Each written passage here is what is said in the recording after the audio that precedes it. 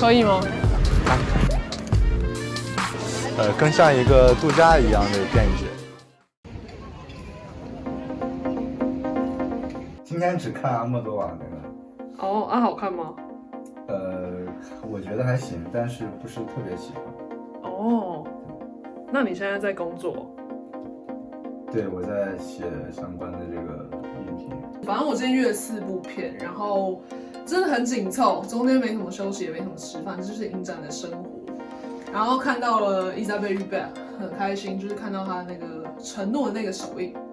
对，不错吧？然后他本人还在场是吧？对，他本人还在场，他没有带到最后。哦，我还看了开幕的，就是很多明星这样走过去，可是我其实一个都不认识。是像戛纳那种红毯吗？还是？其实我觉得他的这个红毯比较不有趣，就是因为它是很多都围起来，然后红毯在很里面，戛纳是整个就是开放的，大家都可以看这样。我觉得威尼斯影展就是一个非常奢华而且非常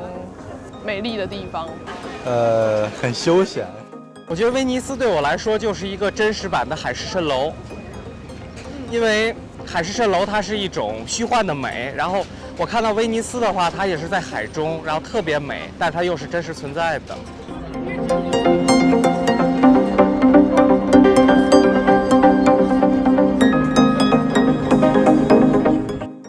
我们这几天基本就是我看了应该是6部长片加1个短片集，然后一直在抢票的焦虑中度过。我每天都会看4到5部的电影，然后休闲的时间就会赶快抓时间去吃饭，然后我每天一定要喝2杯咖啡，因为会睡着，我怕自己睡着，所以我就会一直喝咖啡。每天就是赶来赶去，跑来跑去，然后有时候来不及，通勤的时间其实很长，包括你从主岛来丽都岛，然后有时候因为你回去要休息，然后你回去之后又要赶回来，那个时间真的是非常的仓促，所以其实蛮累的。我今天是威尼斯的第4天，截至目前为止看了10部电影了，然后大部分都是主竞赛片子，然后其中还有一些短片集，还有一些非竞赛单元，对，这样子，大概每天2、3部。首先我看了《平行母亲》，因为那个阿莫多瓦本身是我自己比较喜欢一个导演，然后我还为此写了影评，所以我对他其实印象比较深。他讲的是一个2个母亲的故事，然后他们因为这个成为母亲的这个条件吧，然后他们发生了很多彼此之间的理解，彼此之间的关爱，还有一些关于家国伤痛的一些想法的表达，我觉得是很不错的。然后今天看了《沙丘》，《沙丘》这本书我是在高中的时候看过，然后当时只看了翻译的第1本，然后这次这个电影其实也是只拍了第1本和第2本的一部分。它虽然是没有按照这个原著的时间线来走，但是我觉得这个时间线对于理解情节可能更怎么说更方便了。然后它的视效和声效，我觉得它是一贯的这种维伦纽瓦的风格。然后从这种降临这个片子开始，我也就很喜欢他拍科幻题材这种风格吧。然后对，就是这样，我感觉很不错。看了片儿质量就觉得可能还没有很好，但是今天看了维伦纽瓦那个《沙丘》，觉得还可以。那个《平行母亲》觉得也还行，但是目前还没有特别喜欢的，可能选片上我不知道，感觉跟戛纳比质量不是特别的理想。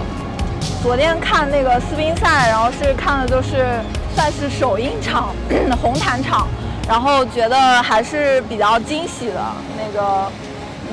就拍出就是它让我本身期望说没有到一种就是它一定要成功的那种程度的话，我觉得它是表演和就是拍摄的那个方法上面是有惊喜到我。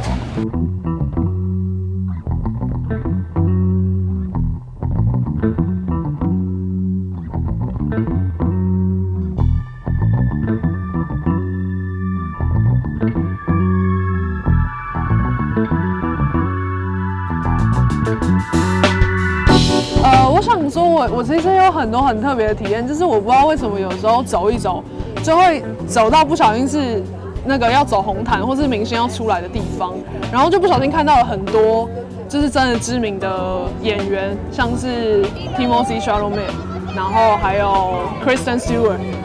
就是各种很厉害的人都被我看到了，所以我其实觉得很开心。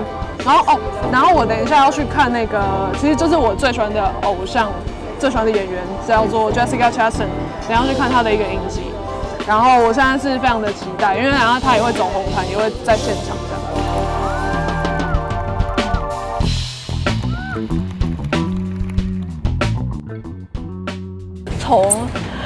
从机场到主岛，然后主岛再到丽都，然后都需要就是坐船，就是可能对身体上面都是要求也会比较高一点。想要抱怨一下，就是这边的信号不太好，真的有时候会而且会迷路，所以整个的行程有时候会发生很多意料之外的事情，但是其实也蛮有趣的，所以就是说一定要自己来探索威尼斯电影节。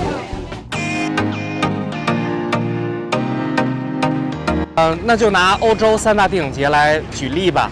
首先，我觉得柏林电影节它是每年的2月，所以它气候会比较寒冷，这一点不如威尼斯。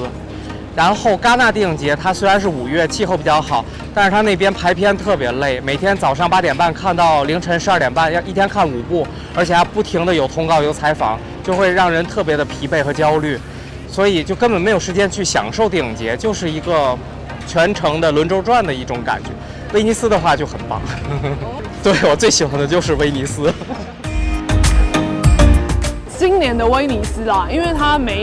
要梅花座，所以你旁边左右两边都不会有人，前面也不会有人，然后所以你整个影厅的大小其实少了一半的位置。这对于学生抢票来说，我们顺位本来就比较后面。然后还有一点我觉得非常不合理的是，它每次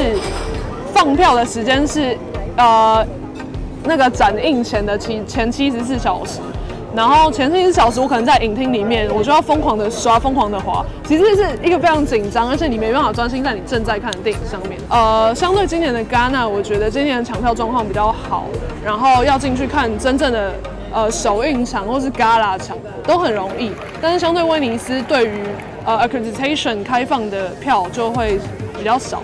然后真正能看到的首映场，其实基本上主竞赛片你都看不到首映场。我是看了很多平行单元跟平行 extra 的首映场，但反正总之还是真的看了很多的电影，然后也是蛮满足的，在这个漂亮的地方，然后可以做自己喜欢做的事情。海市蜃楼般的威尼斯，繁忙的影展生活，期待在不久的将来能回到这座美丽的城市，也继续在电影之中找到自己。